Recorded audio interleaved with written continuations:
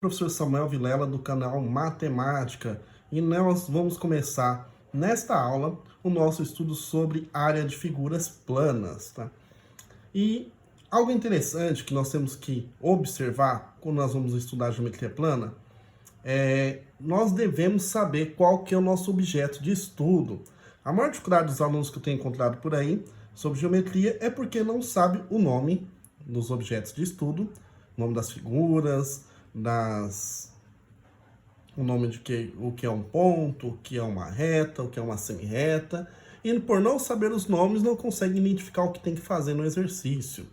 E a geometria plana é uma parte interessante de matemática que é mais acessível, é algo mais visual, então você consegue deixar aquela parte abstrata da álgebra, que às vezes nós não temos ali algo concreto, e conseguimos visualizar muitas vezes o que nós estamos fazendo através das representações gráficas dos desenhos, né? Então, nessa aula, nós vamos tentar entender o nome dos nossos objetos de estudo, que são as figuras planas, e saber que os nomes não é associado ao formato. Muitas vezes nós decoramos o nome de uma figura pelo que nós entendemos o formato e acabamos tendo muita dificuldade quando outra figura que também tem o mesmo nome, mas um formato diferente, e acabamos ficando ali, opa, mas isso é aquilo.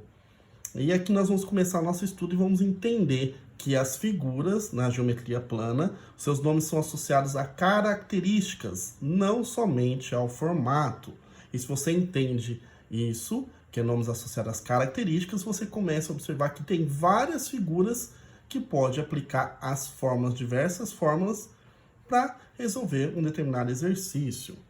Então, no começo do nosso estudo aqui, nós vamos trabalhar com as figuras que nós chamamos de polígonos. E nós temos que entender o que é um polígono. Polígonos são figuras formadas por segmentos de reta. Então, aqui nós temos duas figuras, que é formada por segmentos de reta, que são esses tracinhos. Tá vendo que aqui eu tenho 1, 2, 3, 4 tracinhos, então temos 4 segmentos de retas, que elas têm que fechar a figura. No final, ela tem que se encontrar o primeiro segmento de reta com o último, para que nós tenhamos nosso primeiro objeto de estudo. Então, isso que nós chamamos de polígono, figuras formadas somente por segmentos de reta.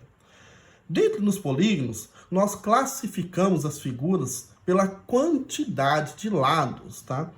E todas as figuras vão ter um nome associado à sua quantidade de lados.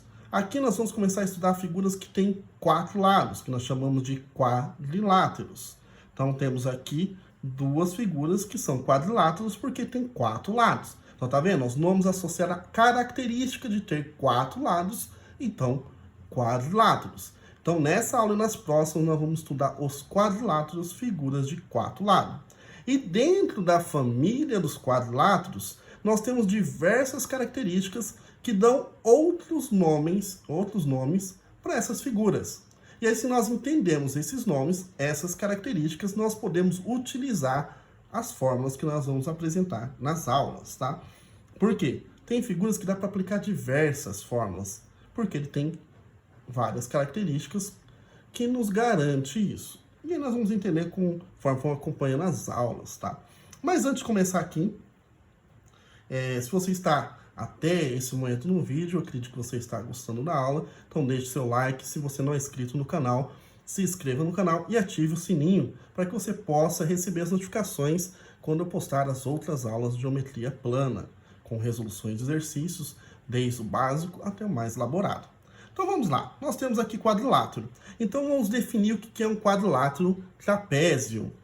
Por que nós damos esse nome para um quadrilátero? Observe que nas figuras, nós temos aqui 4 segmentos de retas e nós temos 2 segmentos de retas que são paralelos. Então, temos um par de segmentos de retas paralelos. Por que eu sei que é paralelo? Porque o desenho garante com essa notação aqui do ângulo de 90 graus. Tenho 90 graus, aqui eu tenho um segmento pontilhado, que aqui também tem um ângulo de 90 graus. Então, garante através dessas notações, através dos ângulos, que esse segmento de reta é paralelo a esse. E aí nós definimos um trapézio como um quadrilátero que tem pelo menos um par de retas paralelas. Então, tem um par de retas paralelas, então vai ser o nosso primeiro objeto de estudo. E quando nós temos um objeto que nós chamamos de trapézio, nós temos uma fórmula padrão que foi desenvolvida através de demonstrações, de cálculos, tá? Mas é garantido que essa fórmula funciona para toda figura, desde que ela seja realmente um trapézio. O que eu preciso saber? Quais informações que eu tenho que buscar no exercício para que eu possa usar a fórmula do trapézio? Então vamos aqui mostrar o que simboliza cada uma dessas letras aqui, para que nós possamos entender a fórmula. Geralmente nós colocamos A de área, tá? Porque nós estamos calculando área, nós queremos calcular a área dessa figura. Então, área. Esses Bs, geralmente nós utilizamos para dar o nome das bases, tá? Então, aqui eu tenho uma base e eu tenho duas bases com medidas diferentes. Mas elas poderiam até ser iguais. Mas aqui temos uma base e duas bases. Geralmente nós olhamos a base com aquele segmento de reto que está na horizontal. Então, depende de como você está olhando a figura, tá? Então, não se prenda que tem que... Ah, não, mas não está na posição que eu aprendi. Você pode girar a folha, virar o livro, e aí vai da sua abstração de você enxergar, tá? Mas, geralmente, eu procuro olhar sempre com a figura com risco na horizontal. Então, temos aqui dois traços na horizontal, que são as bases. Então, temos uma base, outra base. E nós temos um H que simboliza a altura, tá? Nós costumamos utilizar na matemática a letra H. Então, que altura? Não é altura qualquer, tá? É uma altura relativa às bases. Então, o que vai ser a altura? Uma definição matemática. Vai ser a distância entre essas duas bases, tá? Por isso, geralmente, vai vir anotado com um ângulo de 90 graus, tá? Então, 90 graus, com esse segmento pontilhado, vai me garantir que essa distância em linha reta até outra vai ser minha altura. E nem sempre precisa estar anotado dentro da figura, tá? Nós vamos ver aqui no nosso exemplo, que pode estar anotado em alguma região do nosso exercício. Então, precisamos ter as bases e a altura. Se eu tiver essas informações, aí eu posso usar essa fórmula. Então, a fórmula da área do trapézio vai ser base mais a base. A ordem não importa, porque a operação de adição é comutativa. Então, basicamente, é a soma das bases multiplicado pela altura e tudo isso dividido por 2. Então, se eu tiver essas informações, eu consigo aplicar a fórmula do trapézio. Nós estamos começando com o trapézio, porque você vai ver, decorrer das outras aulas, que várias outras figuras que às vezes nós pensamos que têm um único nome, elas também vão ser trapézio, porque elas têm o quê? Essa característica de ter dois lados, pelo menos dois lados paralelos. Então vamos lá, vamos ver como aplica essa fórmula. Nós temos aqui um exemplo que eu tenho algumas marcações. Primeiro eu tenho que sempre identificar se aquela figura que estou trabalhando, aquela fórmula eu consigo aplicá-la, ou se eu tenho aqueles dados, tá? Então observe que eu tenho aqui uma base, outra base, e eu tenho aqui a notação de 90 graus, então me garante que elas são paralelas. Opa, dois segmentos de reta paralelos num quadrilátero me garante que isso é um trapézio. E eu tenho aqui fora da figura marcando qual que é essa distância. Poderia ser marcada aqui dentro, mas aqui também me garante que a distância daqui até aqui é de 4 centímetros. Então vamos lá, aplicar essa fórmula. A área vai ser igual à soma das bases. Então eu tenho uma base que mede 5, outra base mede 3. A altura vai ser 4, então eu só estou substituindo aqui. E tudo isso dividido por 2. Agora é só executar os cálculos. Então aqui eu tenho 5 mais 3, que é 8, vezes 4, dividido por 2.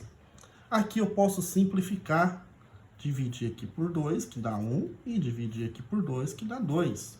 Então, portanto, eu tenho que o meu resultado vai ser 8 vezes 2. Multiplicando 8 por 2 vai dar 16. Note que toda vez que eu estou trabalhando com área, a nossa unidade de medida vai ser a unidade de medida elevado ao quadrado. Isso é importantíssimo para que possa nos garantir ali qual que vai ser o tamanho real daquela área, tá? Nós temos que ter, como podemos dizer, uma referência, tá? Porque se eu não colocar nada, a pessoa pode pensar, mas é centímetros, metros, quilômetros, fiquem aberto, tá? Então é importante sempre colocar a unidade de medida. Centímetros quadrados. Então, o que vai ser a nossa área? Vai ser esse preenchimento dessa figura, esse preenchimento aqui, ó, que cálculo de área é o cálculo do preenchimento, que é essa figura aqui, o espaço que ela ocupa nessa região plana, que vai ser de 16 centímetros quadrados. Lembrando que aqui nós estamos fazendo uma representação, que ela é desproporcional com a realidade, tá? Então, aqui, realmente, aqui não é 5 centímetros, nem 3, nem 4, tá? Mas são dados para que nós possamos calcular essa área. Então, repassando, o que eu fiz? Peguei as bases, somei, multipliquei pela altura, dividi por 2. Desenvolvi aqui os cálculos, poderia aqui ter multiplicado por 4? Poderia, depois dividido no final, tanto faz. Funciona da mesma maneira. E chegaremos no mesmo resultado, 16 centímetros quadrados. Então, toda vez que eu identificar essas características de pelo menos 2 lados paralelos, e o outro não importa, pode ter uma inclinação aqui, poderia estar em pé essa inclinação, poderia ser para o outro lado, poderia ser qualquer inclinação essas outros 2 segmentos de reta, tá? Então não é somente o desenho que tem esse formatinho aqui e 2 retas paralelas, ele pode ter diversas inclinações, o que importa é essas 2 bases para que sejam trapézios, elas têm que ser paralelas. E aí nós terminamos nossa primeira aula, nosso estudo de quadriláteros, no caso do trapézio, para calcular a área. Se ficou com alguma dúvida, quiser fazer algum comentário, pode deixar aí que eu vou estar respondendo todos os comentários sobre esta aula. E, como eu já falei, se inscreva no canal, deixe ligado aí o sininho, clique no sininho para ficar ativado o sininho, para que você possa receber aí nossos avisos das nossas próximas aulas. E nas próximas aulas vamos dar continuidade no estudo de quadriláteros e vamos falar quais são as características de outras figuras e por que elas recebem aquele nome. Valeu, até o próximo vídeo.